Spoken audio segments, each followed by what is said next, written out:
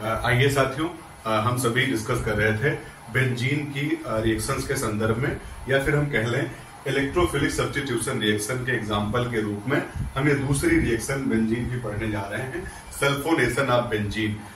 हमने देखा कि बेंजीन का नाइट्रेशन कैसे होता है, किन कंडीशन में होता है, और वहां पर बेंजीन का नाइट्रेशन भी एक इलेक्ट्रोफिलिक सब्स्टिट्यूशन रिएक्शन थी, या फिर जो हम कहें इलेक्ट्रॉन स्नेही प्रतिस्थापन अभिक्रिया थी। तो ठीक वैसे ही एक दूसरी रिएक्शन है सल्फोनेशन ऑफ बेंजीन। ये भी एग्जांपल है एक इलेक्ट्रोफिलिक सब्स्टिट्यूशन रिएक्शन का। और इस रिएक्शन में जब हम बेंजीन की रिएक्शन कराते हैं कंसंट्रेट H2SO4 से, और ये कंसंट्रेट H2SO4 इसको फ्यूमिंग सल्फ्यूरिक एसिड भी कहते हैं, और इसका एक नाम और है ओलियम।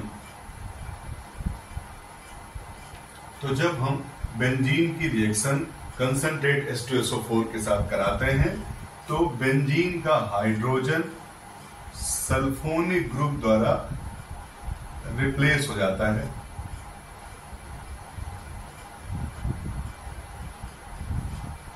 और बेंजीन सल्फोनिक एसिड बनता है। बेंजीन सल्फोनिक एसिड बनता है, और ये रिएक्शन सल्फोनेशन ऑफ बेंजीन कहलाती है। देखिए, जो फ्यूमिंग सल्फ्यूरिक एसिड है या कंसंट्रेट H2SO4 है, फ्यूमिंग सल्फ्यूरिक एसिड वास्तव में डाई सल्फ्यूरिक एसिड होता है। डाई सल्फ्यूरिक एसिड होता है जिसमें H2S2O7 जिसमें सल्फर ट्राइऑक्साइड की कुछ मात्रा मिली होती है। इसको पायरोसल्फ्यूरिक एसिड भी कहते हैं। पायरोसल्फ्यूरिक एसिड भी कहते हैं, या फिर हम कह लें जब H2SO4 के साथ में सल्फर ट्राइऑक्साइड भी मिक्स हो तो ऐसे मिक्सचर को, सल्फ्यूरिक अम्ल के ऐसे संगठन को हम फ्यूमिंग H2SO4 कहते हैं या फिर ओलियम कहते हैं। तो आइए हम डिस्कस करते हैं इसकी मैकेनिज्म के बारे में। जैसे यूजुअली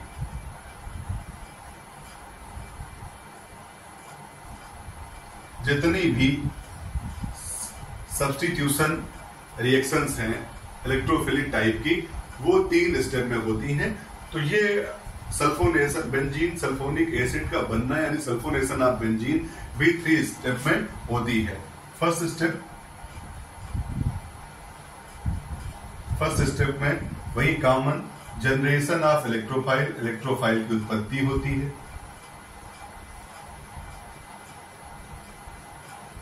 पहले स्टेप में इलेक्ट्रोफाइल का जनरेशन होता है। हमें पता है रिएजेंट का इलेक्ट्रोफिलिक पार्ट अगर पहले जाकर के बेंजीन के किसी एटम या ग्रुप ऑफ एटम को रिप्लेस करे तो वो इलेक्ट्रोफिलिक सब्स्टिट्यूशन रिएक्शन कहलाती है।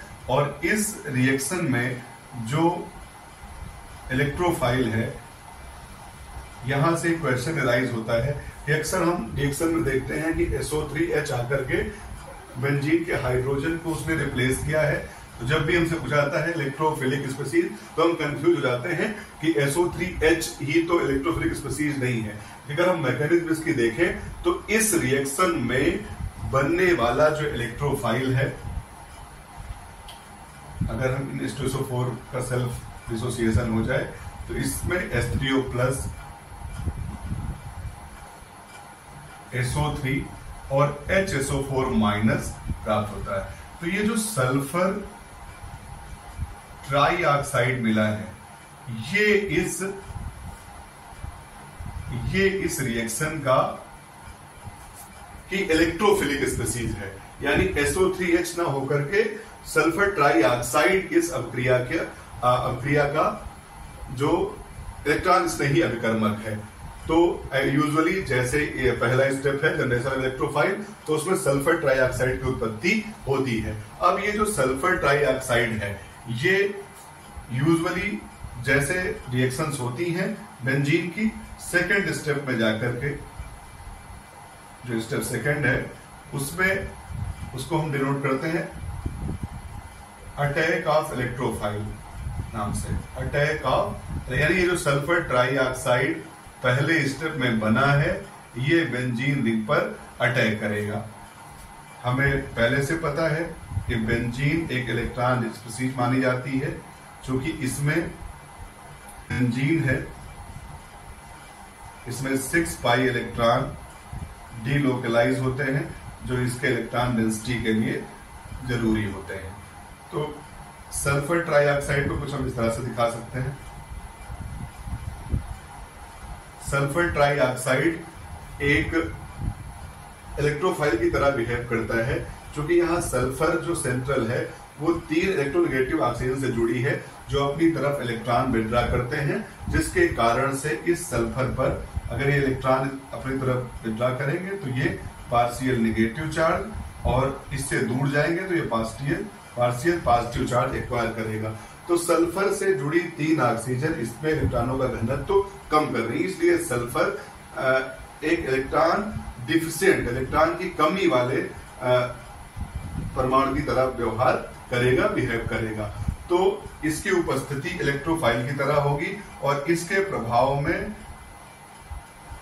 बेंजीन का एक बॉन्ड एक तरफ ब्रेक कर देगा, इधर ब्रेक होगा उस ओर माइनस, इधर नहीं होगा, इलेक्ट्रॉन जाएंगे। अब देखिए इस बॉन्ड का मतलब है इसमें 2 इलेक्ट्रॉन हैं, इसकी शिफ्टिंग हो जाती है, ये ब्रेक हो जाता है, जिस परमाणु की ओर जाएगा उस पर नेगेटिव, जिसकी ओर नहीं जाएगा वो पॉजिटिव चार्ज। तो बॉन्ड ब्रेकिंग हमेशा इलेक्ट्रोनेगेटिविटी डिफरेंस की वजह से या फिर कुछ प्रभाव हैं, जैसे इलेक्ट्रोफाइल की उपस्थिति में अगर ये बॉन्ड ब्रेक होता है तो इस प्रभाव को हम इलेक्ट्रोमेरिक इफेक्ट भी कहते हैं। अब अगले स्टेप में हम दिखाएंगे कि ये जो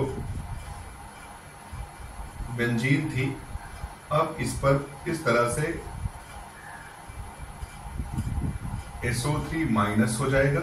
अब जैसे ही ये इसके साथ, इसको ऐसे दिखा सकते हैं, ये इसके साथ बॉन्ड बनाएगा, एक ऑक्सीजन के साथ बॉन्ड इधर की ओर ब्रेक हो जाएगा। तो सल्फर के साथ तो एक बॉन्ड का फॉर्मेशन हो जाएगा, ऑक्सीजन पर एक नेगेटिव चार्ज आ जाएगा, और अगर इस बेंजीन के एक H को हम यहाँ रिप्लेस कर दें और ये पॉजिटिव चार्ज बेंजीन पर आ जाएगा। और ये पॉजिटिव चार्ज हमें पता है कि ये पॉजिटिव चार्ज इस पूरे बेंजीन में सर्कुलेट होता रहेगा, डीलोकलाइज होता रहेगा।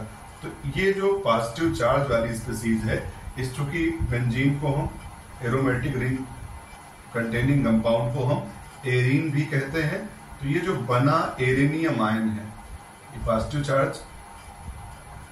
पॉजिटिव चार्ज इस पूरी बेंजीन रिंग में इस तरह से डीलोकलाइज है, हम ऐसे दिखा सकते हैं। और ये SO3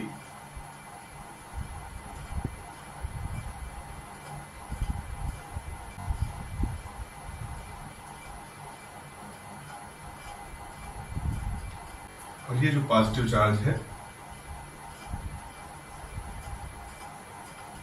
इसको हम कहते हैं एरेनियम आयन, और ये एरेनियम आयन जो है इस तरह से इस स्ट्रक्चर में मिलेगा, पॉजिटिव होता रहेगा।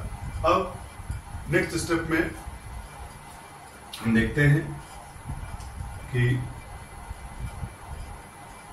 पहले स्टेप में जनरेट हुआ हाइड्रोनियम आयन, H3O+ आएगा, अपना H+ दे देगा और H2O के फॉर्म में ये यहां से रिमूव हो जाएगा। यानी अब बेंजीन में ये SO3- जो था यहां पर आकर एक H+ जुड़ गया और ये पॉजिटिव चार्ज इस पर इंटैक्ट बना रहा। तो हमें पता है कि जब तक इस रिंग पर पॉजिटिव चार्ज रहेगा ये इस बेंजीन रिंग को अनस्टेबल किए रहेगा, अनस्टेबलाइज किए रहेगा, और बेंजीन चाहेगी कि हमारे ऊपर से ये पॉजिटिव चार्ज रिमूव हो जाए, और इसके लिए थर्ड स्टेप होता है। और थर्ड स्टेप में हम दिखाते हैं अब्स्ट्रैक्शन ऑफ H+, यानी प्रोटॉन का विलयन। हाइड्रोजन H+ के रूप में बेंजीन रिंग रिलीज कर देती है और उसकी एरोमेटिसिटी रीस्टोर हो जाती है। फिर से हम दिखाते हैं, ये बेंजीन रिंग है जो यहाँ डबल बॉन्ड क्रिएट हो गया था, ये SO3H के फॉर्म में इस तरह से जुड़ा है, ये हाइड्रोजन है और यहाँ पॉजिटिव चार्ज है। HSO हाइड्रोजन सल्फेट जो पहले स्टेप में बना था वो आएगा। फिर यहाँ एक पॉसिबिलिटी एग्जिस्ट करेगी, चूंकि ये न्यूक्लियोफाइल है और न्यूक्लियोफाइल आकर के इस कार्बन से जुड़ सकता है, लेकिन ये प्रोडक्ट फेवरेबल नहीं होता, प्रेफर नहीं करता, नहीं बनता, क्योंकि HSO4- अगर यहाँ अटैच हो जाएगा तो बेंजीन का 6 पाई सिस्टम पूरा नहीं होगा, यानी उसकी एरोमेटिसिटी डिस्टर्ब हो जाएगी, उसकी एरोमेटिकता डिस्टर्ब हो जाएगी। तो ऐसे में H यहाँ ये वाला बॉन्ड दर की ओर ब्रेक हो जाए, H यहाँ से H+ के फॉर्म में निकलकर HSO4- के साथ में H2SO4 बना के रिमूव हो जाए और बेंजीन की एरोमेटिसिटी यानी 6 पाई इलेक्ट्रॉन फिर से रिस्टोर हो जाए और ये SO3H ग्रुप H को सब्स्टिट्यूट कर दे। तो ये जो बना कंपाउंड है ये बेंजीन सल्फोनिक एसिड कहलाएगा और इस पूरी रिएक्शन को हम सल्फोनेशन ऑफ बेंजीन कहते हैं। तो अगर हम सल्फोनेशन ऑफ बेंजीन को पता करना चाहें, जब भी बेंजीन को फ्यूमिंग H2SO4 के साथ ट्रीट करते हैं, रिएक्ट कराते हैं, कार्बन टेम्परेचर पर बेंजीन सल्फोनिक एसिड बनता है और ये रिएक्शन सल्फोनेशन ऑफ बेंजीन कहलाती है। Treated with concentrate H2SO4 which is also called as fuming H2SO4 or disulfuric acid or pyrosulfuric acid. Pyrosulfuric acid contains H2SO4 along with the sulfur trioxide. So when benzene is treated with fuming H2SO4, benzene sulfonic acid is formed in which sulfonic group gets substituted group introduced within the benzene nucleus by replacing its hydrogen. तो इस तरह से हम देखते हैं और the very important point to remember in this reaction is that the electrophilic species which is generated in very first step of mechanism, that is sulfur trioxide. Often we confuse that SO3H group substituted the hydrogen, but in very first step we will have to cautious that sulfur trioxide is the electrophilic species in this reaction. और यहां से काफी question arise होते हैं कि sulphonation of benzene में electrophilic species कौन सी है, तो we will have to remember that sulphur trioxide is the electrophilic species in the reaction. Thank you.